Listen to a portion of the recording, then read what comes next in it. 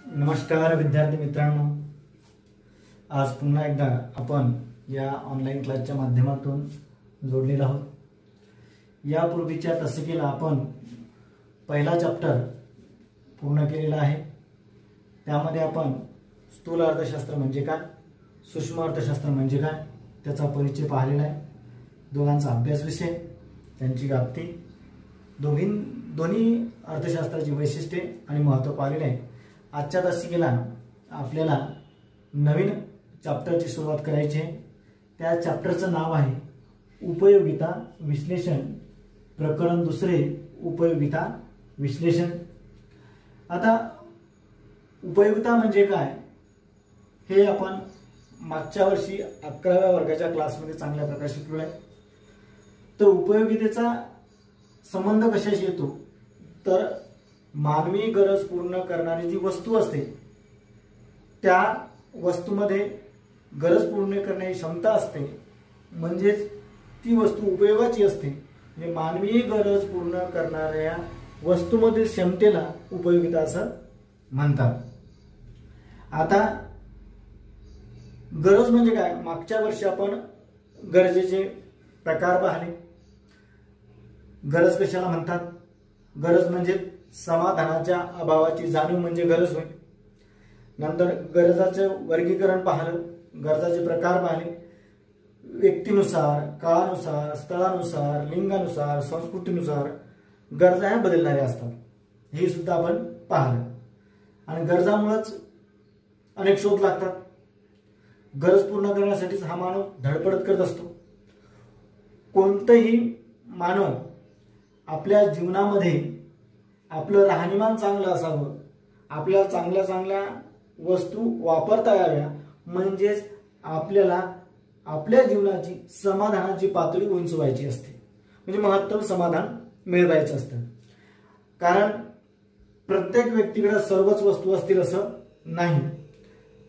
बऱ्याच आपल्या गरजा ह्या अनंत असतात, खूप मोठ्या असतात, परंतु त्या गरजा पूर्ण करणारी जी साधनं आहे, ज्या वस्तू आहेत त्या कमी असतात। कोणताही उपभोक्ता, कोणताही व्यक्ती हा आपल्याकडे उपलब्ध असणाऱ्या साधन संपत्तीचा वापर करून जास्तीत जास्त समाधान मिळवण्याचा प्रयत्न करत असतो। त्याला जास्तीत जास्त गरजा पूर्ण करायच्या असतात, परंतु त्या व्यक्तीकडे उपलब्ध असणारी जी साधनं आहेत, म्हणजे वस्तू असतील, पैसा असेल, हे गरजाच्या मानाने कमी आहे। कारण गरजा अमर्यादित असतात आणि त्या गरजा पूर्ण साधनं कमी असतात। म्हणून तो काय करतो, या कमीत कमी साधनाचा, या कमीत कमी साधनामध्ये जास्तीत जास्त गरजा कशा पूर्ण करता येईल याचा सातत्याने प्रयत्न करत असतो। या ठिकाणी आपल्याला उपयोगिता याचं लक्षात घ्यायचं की नेमकं उपयोगिता म्हणजे काय, तर वस्तूमध्ये मानवी गरज पूर्ण करणारी शक्ती किंवा वस्तूमधील मानवी गरज पूर्ण करण्याची क्षमता म्हणजेच उपयोगिता होय, याचं आपल्याला विश्लेषण करायचं आहे। विद्यार्थी मित्रांनो, ही उपयोगिता हे दुसरं चॅप्टर अर्थशास्त्रातलं अतिशय महत्त्वाचं चॅप्टर आहे। यामध्ये उपयोगितेचे विश्लेषण दिलेलं आहे। याच्यामध्ये उपयोगितेचे प्रकार आहेत, उपयोगितेचे सिद्धांत आहेत, एकूण उपयोगिता आहे, सीमांत उपयोगिता आहे, हे सर्व पाहायचं आहे। त्याच्यापूर्वी या उपयोगितेच्या विश्लेषणामध्ये आपल्याला उपयोगितेची वैशिष्ट्ये पाहायची आहेत। या उपयोगितेची वैशिष्ट्ये कोणती आहेत, म्हणजे याचं काय विशेष आहे हे आपल्याला बघायचं आहे। विद्यार्थी मित्रांनो, उपयोगिता म्हणजे त्याचं वैशिष्ट्य, पहिलं वैशिष्ट्य आहे सापेक्ष संकल्पना। उपयोगिता ही सापेक्ष संकल्पना आहे, म्हणजे ही स्थळानुसार, स्थळ म्हणजे ठिकाण, काळ यानुसार बदलणारी संकल्पना आहे। स्थळ, उदाहरणार्थ समुद्रामध्ये किंवा नदीमध्ये असणारे वाळू, या नदीमध्ये असणाऱ्या वाळूचा उपयोग नदीमध्ये उपयोगिता नाही, परंतु त्याच वस्तूचं ठिकाण बदललं म्हणजे स्थळ बदललं। स्थळ बदललं असता आणि ती वस्तू, ती वाळू बांधकामाच्या ठिकाणी नेली असता तर त्या वाळूची तिथे उपयोगिता जास्त असते। म्हणजे समुद्रामधली वाळू किंवा नदीकाठची वाळू किंवा नदी पात्रातील वाळू ही त्या तिथल्या वाळूपेक्षा ही जेव्हा बांधकामाच्या ठिकाणी नेली जाते त्या ठिकाणी त्या वाळूची उपयोगिता वाढते, म्हणून उपयोगिता ही सापेक्ष संकल्पना आहे. आणखी काळानुसार बदलणारी संकल्पना आहे. काळानुसार सुद्धा याच्यामध्ये चेंजेस येतात.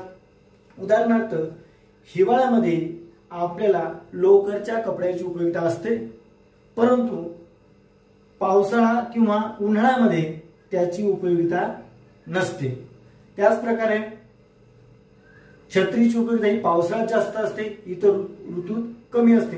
म्हणजे छत्री ही जी वस्तू आहे हिची उपयोगिता काळानुसार बदलते. लोकरच्या कापडाची उपयोगिता देखील काळानुसार बदलते, म्हणून उपयोगिता ही सापेक्ष संकल्पना आहे. स्थळानुसार काळानुसार बदलणारी संकल्पना आहे, म्हणून ही सापेक्ष संकल्पना म्हणून ओळखलं जातं. आता उपयोगितेचं दुसरं वैशिष्ट्य आहे व्यक्तिनिष्ठ संकल्पना. आता वस्तू एक असेल, परंतु त्या वस्तूचा उपयोग हे वेगवेगळ्या व्यक्तीला वेगवेगळ्या प्रकारचा असतो.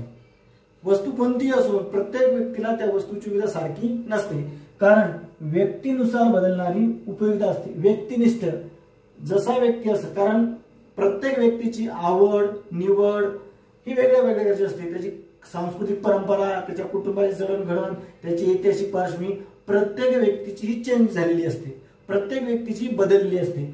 म्हणून प्रत्येक व्यक्तीसाठी त्या वस्तूची उपयोगिता वेगळी असते. प्रत्येक व्यक्तीला एखाद्या वस्तूपासून मिळणारी उपयोगिता वेगळी असते. उदाहरणार्थ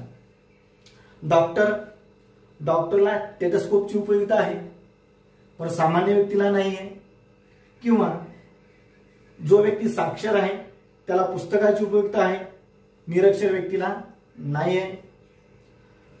जो व्यक्ती कॉम्प्युटर चालवू शकतो त्याला कॉम्प्युटरची उपयोगिता आहे, दुसऱ्या व्यक्तीला नाही. म्हणजे उपयोगिता ही व्यक्तीनुसार बदलणारी संकल्पना आहे. व्यक्तिनिष्ठ जसा व्यक्ती असेल तसं त्या प्रकारे ती उपयोगिता त्या व्यक्तीला मिळत असेल. तिसरं आहे नैतिकदृष्ट्या तटस्थ. मानवी गरज, वस्तूमधील असणारी मानवी गरज पूर्ण करण्याची शक्ती ही सर्वच वस्तूमध्ये बऱ्याच अधिक कमी अधिक प्रमाणात आहे.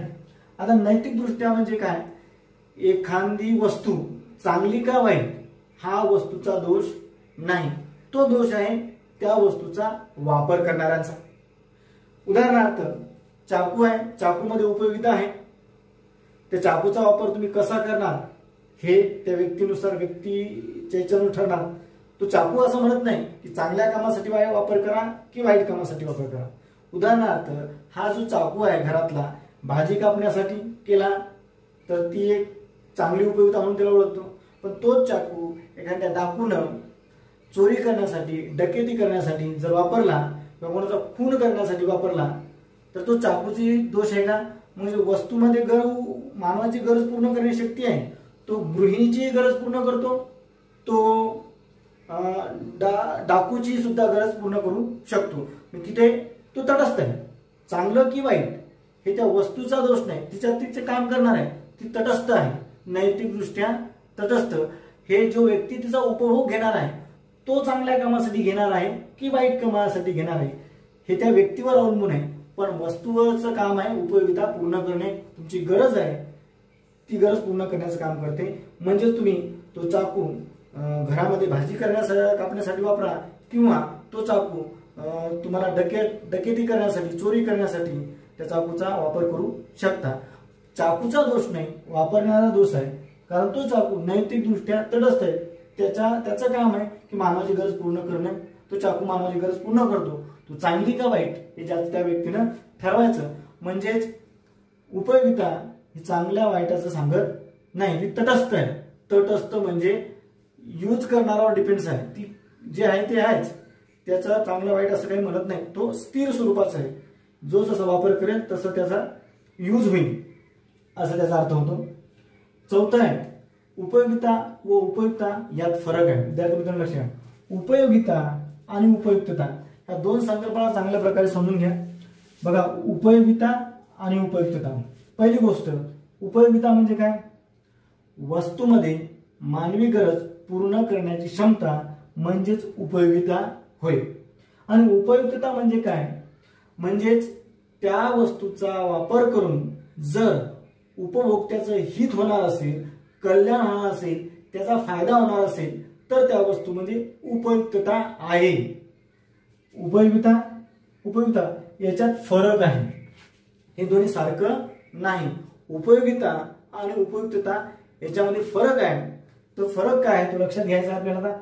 आता आपण उपयुक्तता म्हणजे काय पाहिलं, वस्तूमध्ये मानवी गरज पूर्ण करण्याची क्षमता. आता उदाहरणार्थ दुधामध्ये आपली गरज पूर्ण करण्याची क्षमता आहे, त्याची उपयुक्तता आहे. दुसरं आहे दारू पिणाऱ्या व्यक्तीला दारूमध्ये उपयुक्तता आहे, पण ते हित अहिताशी संबंध उपयोगितेचा नसतो, कारण उपयुक्तता तटस्थ असते. परंतु उपयुक्तता, आता दारूमध्ये उपयुक्तता आहे परंतु उपयुक्तता नाही, आणि दुधामध्ये उपयोगिता आहे प्लस उपयुक्तता सुद्धा आहे. म्हणजे दुधापासून मानवाला तो उपयुक्तता मिळते, त्याच्यासोबत त्याचं कल्याण सुद्धा होतं, त्याचं हित सुद्धा होतं. म्हणून दुधामध्ये उपयोगिता आणि उपयुक्तता दोन्ही आहे, परंतु दारूमध्ये उपयोगिता आहे परंतु उपयुक्तता नाही, कारण दारू पिल्यानंतर पिणाऱ्याला उपयुक्तता मिळते परंतु त्याचं हित किंवा कल्याण होत नाही. म्हणून या दोन संकल्पना वेगळ्या आहेत. आणि पाचवं वैशिष्ट्य आहे उपयोगिता व आनंद यात फरक आहे. आता उपयोगितेची व्याख्या आपल्याला चांगल्या प्रकारे माहित आहे. आपण आनंदाकडे बघू. आता आनंद म्हणजे काय विद्यार्थी मित्रांनो, उपयोगिता म्हणजेच वस्तूमध्ये मानवी गरज पूर्ण करण्याची क्षमता म्हणजेच उपयोगिता होय. आता लक्षात घ्या आनंदाची व्याख्या. वस्तूचा उपभोग घेतल्यानंतर प्रत्येक वस्तूचा उपभोग हा आनंदायी असे नाही. उदाहरणार्थ आजारी व्यक्ती आहे, आजारी व्यक्तीला इंजेक्शन मध्ये औषधामध्ये उपयोगिता असतेच, परंतु ते औषध घेता वेळेस आणि इंजेक्शन घेता वेळेस आनंद मिळेल असं नाही. म्हणजे उपयोगिता गरज असते, आजारपणात औषधाची गरज असते, आजारपणात इंजेक्शनची गरज असते, म्हणून आपण त्या प्रकारचे वस्तू सेवन करत असतो, औषध सेवन करत असतो, इंजेक्शन घेत असतो. परंतु इंजेक्शन घेताना आनंद होतो का, तर निश्चितच आनंद होत नाही. तर त्यामध्ये आनंद नसतो परंतु उपयोगिता असते. म्हणून उपयोगिता आनंद हे वेगळं वेगळं आहे, याच्यामध्ये फरक आहे. आणि नंतरचा आहे यामधला जो सहावा मुद्दा आहे तो आहे उपयोगिता व समाधान यातील फरक. उपयोगिता व समाधान यातील फरक पाहण्यापूर्वी आपल्याला पहिला प्रश्न पडला पाहिजे की व्यक्ती वस्तू का वापरतो, वस्तू वापरण्याचं कारण काय.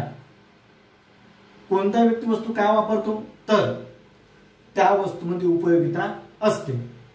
म्हणजे उपभोगाचं कारण काय आहे, तर उपयोगिता. जर वस्तूच्या अंगी उपयोगिता नसती तर आपण उपभोग घेतला असता का, नाही. मग उपभोगाचं कारण म्हणजेच उपयोगिता.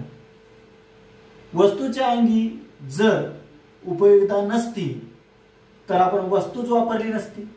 म्हणजे आपला उपभोग पूर्ण करण्याची क्षमता वस्तूमध्ये असते, म्हणूनच आपण ती वस्तू वापरतो. म्हणजे त्या वस्तूमध्ये उपयोगिता असते म्हणूनच आपण ती वस्तू वापरतो. म्हणजे उपयोगिता हे उपभोगाचं कारण आहे. उपयोगिता हे उपभोगाचं काय आहे, कारण आहे. तर समाधान काय आहे, समाधान लक्ष द्या. तर समाधान हे उपभोगाचा परिणाम आहे. समाधान काय आहे, उपभोगाचा परिणाम आहे. म्हणजेच लक्षात घ्या, जेव्हा आपल्याला तहान लागते आणि पाणी पितो,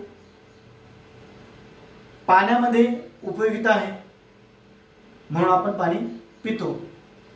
कारण पाणी का पितो याचं जर कारण म्हणसाल तर आपली उपयोगिता म्हणजे आपली गरज पूर्ण करण्याची क्षमता त्या पाण्यामध्ये आहे.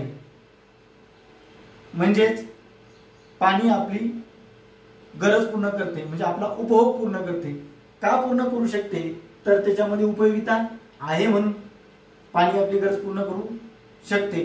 म्हणजे ही गरज पूर्ण करण्याची क्षमता पाण्यात आहे. तेव्हा आपल्याला वाटतं की आपल्याला जी तहान लागली आहे ती तहान पूर्ण करायची असेल तर आपल्याला पाणी प्यावं लागेल. म्हणजे ही सुरुवात, उपभोगाची सुरुवात उपयोगितेने होते. म्हणजे असं जेव्हा वाटतं की आपली गरज ही पाण्यानं पूर्ण होते म्हणजे ही सुरुवात झाली. म्हणजे उपभोगाचं कारण उपयोगिता झाली. म्हणजे उपयोगिता का? तर उपभोग आहे म्हणून आपण ती उपयोगिता घेतो. तर समाधान काय आहे? जर पाणी पिल्यानंतर जे वाटतं, पूर्ण पाणी पिलं, खूप तहान लागली होती, आता पाणी पिलं तर जे काय वाटतं आपल्याला? समाधान.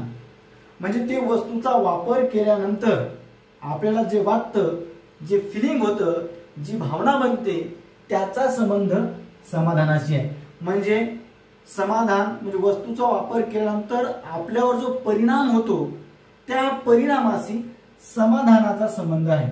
समाधान हे मानसशास्त्रीय आहे. म्हणजे आपल्याला जी भावना होते, भावना ही मानसिक संकल्पना आहे. भावना असेल, आपल्याला जे वाटतं, आपल्याला जे फील होतं त्याच्याशी संबंध हा समाधानाचा असतो. म्हणजे समाधान ही एक मानसशास्त्रीय संकल्पना आहे. आणि ती वस्तूचा वापर केल्यानंतर आपल्याला काहीतरी वाटतं, खूप तहान लागली होती, आता 2 ग्लास पाणी पिलं, आता काय वाटतं आहे मला? समाधान. म्हणजे पाण्याचा जो परिणाम होतो तो परिणाम जे मला वाटतं तोच ते समाधान. पण पाणी पिण्यापूर्वी काय? मला तहान लागली, आता तहान पूर्ण करायची असेल तर मी काय करेन? पाण्याचा शोध घेईन. मग पाण्याचा शोध काय घेतो? कारण त्यात उपयोगिता आहे. ही सुरुवात. तहान लागली म्हणून मला पाणी पाहिजे कारण त्यात उपयोगिता आहे, ही झाली सुरुवात. सुरुवात म्हणजेच उपयोगिता आणि शेवट म्हणजेच समाधान. म्हणजे वस्तूचा उपभोगाची सुरुवात जेव्हा होते त्याचा संबंध उपयोगितेशी असतो आणि ती वस्तू वापरली आणि त्याच्यानंतर जे वाटतं त्याचा संबंध हा समाधानाशी असतो. म्हणजे उपयोगिता आणि समाधान ह्या दोन परस्पर संबंधित आहे. पण कशा? एक सुरुवात आहे तर एक शेवट आहे. एक सुरुवातीचा कारण ठरते तर त्याचा परिणाम ते कारणाचा परिणाम. एक कारण आहे तर दुसरा परिणाम आहे. म्हणून या दोन गोष्टी परस्पर संबंधित आहेत. यांचा घनिष्ठ संबंध आहे तरी सुद्धा ते वेगळं आहे. कारण एक सुरुवात आहे तर एक शेवट आहे, एक कारण आहे तर एक परिणाम आहे. अशा प्रकारचा यामधला फरक आणि संबंध आपल्याला दिसून येतो. 7वा मुद्दा आहे मानसशास्त्रीय संकल्पना. विद्यार्थी मित्रांनो, उपयोगिता ही मानसशास्त्रीय संकल्पना आहे. वास्तविकरित्या तिचं संख्यात्मक मापन करता येत नाही. उपयोगिता अनुभवता येते. ती एक तात्विक संकल्पना आहे. तिचा अनुभव येतो. जेव्हा खूप तहान लागते तेव्हा आपल्याला पहिल्या पाण्याच्या ग्लास पासून जास्त उपयोगिता मिळते कारण तहान खूप लागलेली असते. जेव्हा दुसरा ग्लास पाणी पितो तेव्हा पहिल्यापेक्षा दुसऱ्या ग्लासच्या पाण्याची उपयोगिता कमी वाटते कारण पहिल्या ग्लासनं आपली तहान बरीचशी भागलेली असते म्हणून दुसऱ्या ग्लासची उपयोगिता वाटत नाही. आणि जेव्हा आपली तहान पूर्ण भागते त्याच्यानंतर जर आपल्याला एखादा ग्लास पाणी दिलं तर त्या ग्लासची आपल्याला उपयोगिता वाटत नाही कारण त्याच्या अगोदरच आपली तहान पूर्ण झालेली असते. म्हणून तेव्हा आता हे जे मी तुम्हाला सांगितलं, पहिल्या ग्लासनं मला जास्त समाधान मिळालं, जास्त उपयोगिता मिळाली, दुसऱ्यानं त्याच्यापेक्षा कमी मिळाली, हे फक्त मानसिक तुलना करूनच मी सांगू शकतो. प्रत्यक्षात हे कोणत्याही प्रयोगशाळेत कुठेही याचं मोजमाप करता येत नाही कारण ती मानसशास्त्रीय संकल्पना आहे. ती जाणीवेशी संबंधित आहे, ती अनुभवाशी संबंधित आहे. ती प्रत्यक्ष कुठेही त्याची मीटर पट्टी, फूट पट्टी लावून पहिल्या वस्तूपासून किती उपयोगिता मिळाली, दुसऱ्या वस्तूपासून किती उपयोगिता मिळाली हे मोजता येत नाही. तिची तुलना करता येते. पहिल्या ग्लासाची तुलना दुसऱ्या ग्लासच्या पाण्याशी करता येते परंतु तिचं मोजता येत नाही कारण ती एक मानसशास्त्रीय संकल्पना आहे. ती एक तात्विक संकल्पना आहे. तिचं कोणत्याही मीटर पट्टीनं, फूट पट्टीनं, लांबीनं, रुंदीनं मोजमाप करता येत नाही. म्हणून ती मानसशास्त्रीय संकल्पना म्हणून ओळखली जाते. हे तिचं एक वैशिष्ट्य सांगितलं जातं उपयोगितेचं. नंतरचं आहे 8वं वैशिष्ट्य बहुपर्यायी संकल्पना. उपयोगिता ही बहुपर्यायी संकल्पना आहे. आता उपयोगिता जशी व्यक्तीनुसार बदलते हे आपल्याला माहित आहे परंतु जी वस्तू आहे त्या वस्तूमध्ये उपयोगिता असते, परंतु तीच वस्तू एकापेक्षा अनेक गरजासाठी आपण वापरू शकतो. उदाहरणार्थ वीज. आता विद्युत किंवा वीज किंवा ऊर्जा ही अशी वस्तू आहे ही आपली गरज पूर्ण करते, याची उपयोगिता आहे, पण ही बहु उपयोगी आहे, बहुपर्यायी आहे. ही आपल्याला फॅनसाठी वापरता येते, ही फ्रीजमध्ये वापरता येते, टीव्ही मध्ये वापरता येते, ग्रीझर मध्ये वापरता येते, इन्व्हर्टरमध्ये साठवून ठेवण्यासाठी वापरता येते, अनेक विविध प्रेससाठी वापरता येते, हीटर म्हणून वापरता येते. असे कितीतरी उपयोग या विजेचे आपल्याला करता येतात. म्हणजे विजेच्या अंगी असणारी जी उपयोगिता आहे ही बहुपर्यायी आहे. वेगवेगळ्या व्यक्तीला वेगवेगळ्या प्रकारची उपयोगिता वीज देत असते. म्हणून हिला विजेचं वैशिष्ट्य किंवा उपयोगितेचं वैशिष्ट्य असं सांगितलं जाते की ही उपयोगिता बहुपर्यायी आहे, तिचे अनेक उपयोग आहेत.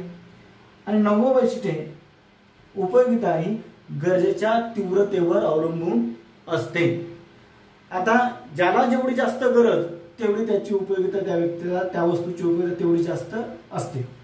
तीव्रता म्हणजे किती गरज आहे, निकड किती गरज आहे.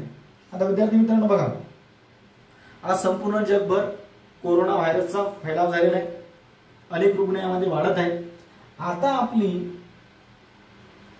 कोरोना लसीची किंवा कोरोना औषधीची गरज खूप वाढलेली आहे, म्हणजे गरजेची तीव्रता खूप आहे.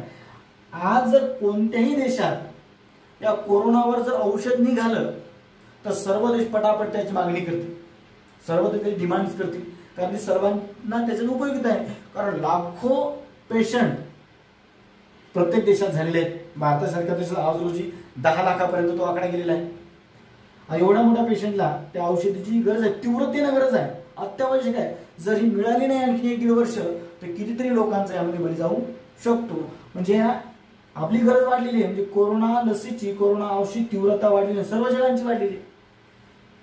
समजा कोरोना येण्यापूर्वी जर याची कोणी औषध काढली असती तर ते औषध कोणी खरेदी केलं असतं का, कारण तेव्हा त्याची गरज नव्हती.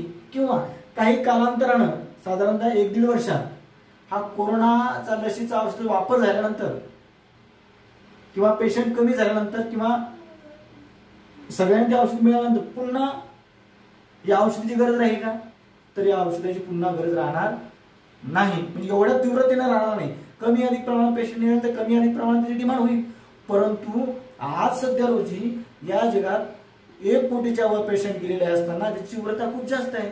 कालांतराने ही तीव्रता कमी होईल, म्हणजे त्याची उपयोगिता कालांतराने काय होईल, कमी होऊ शकते. सध्या आज रोजी खूप जास्त आहे.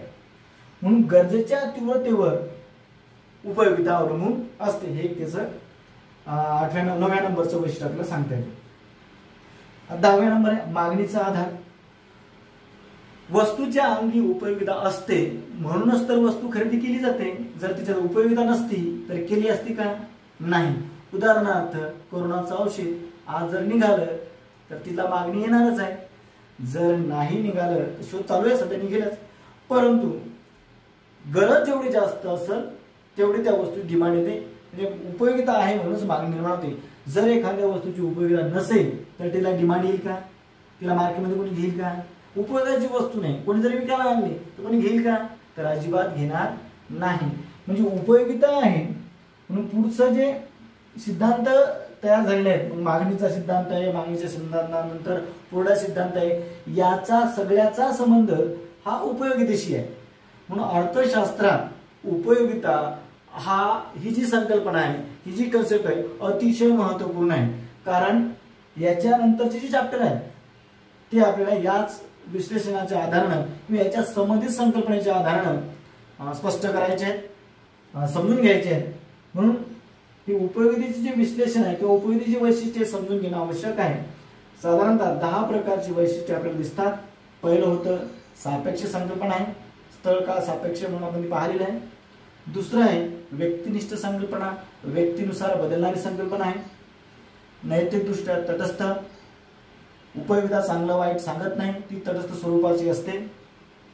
उपयोगिता आणि उपयुक्तता यात फरक आहे, आपण चांगल्या प्रकारे समजून घेतलेला आहे. 5वं आहे उपयोगिता व आनंद, यामध्ये सुद्धा फरक आहे. 6वं उपयोगिता व समाधान, यातही फरक आहे. तसेच उपयोगिता ही केवळ तात्विक संकल्पना आहे, ती मानसशास्त्रीय संकल्पना आहे. तिचं कोणतेही मोजमाप करता येत नाही, ती अनुभवाने सिद्ध करता येते. 8वं आहे बहुपर्यायी किंवा बहुउपयोगी अशा प्रकारचं बहुपर्यायी संक्रमणाचं वर्णन करता येतं. 9वं आहे उपयोगिता ही गरजेच्या तीव्रतेवर अवलंबून असते.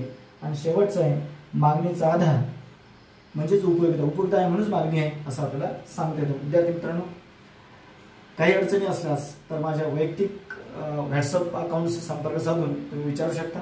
धन्यवाद.